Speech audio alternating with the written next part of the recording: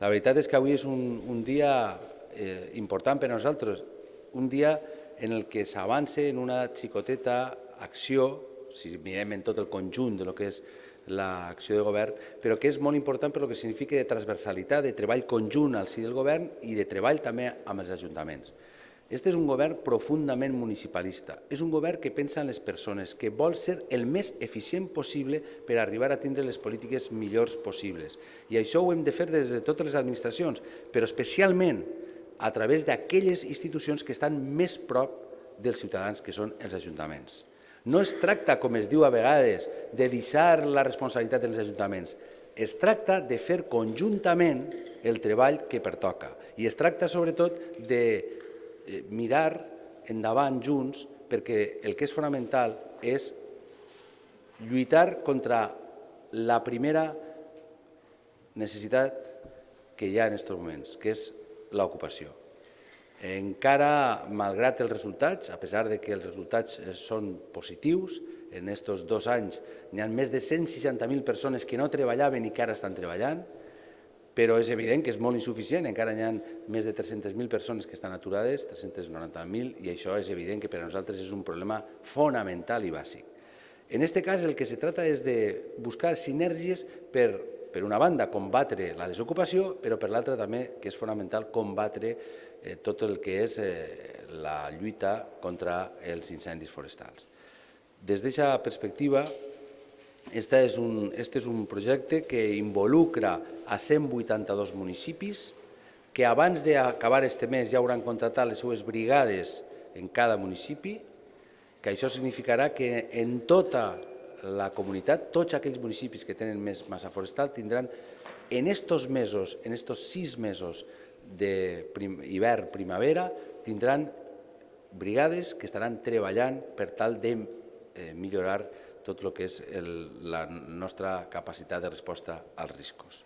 És ben evident que aquestes polítiques de prevenció forestal són fonamentals, que se faran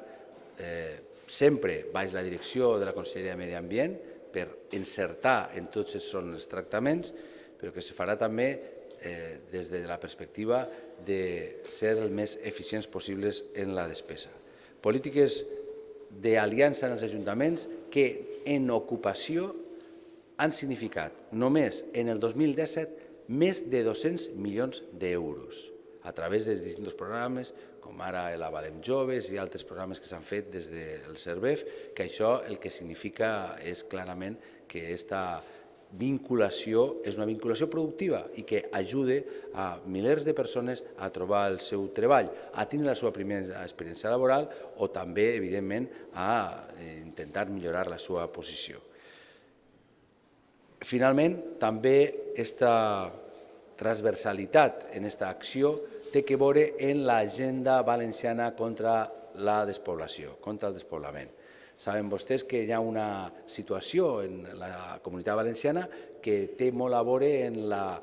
diferència, el desequilibri territorial. Tenim un interior que és molt important per a la nostra comunitat que està en un procés de despoblament i nosaltres hem fet aquesta agenda, que és una agenda que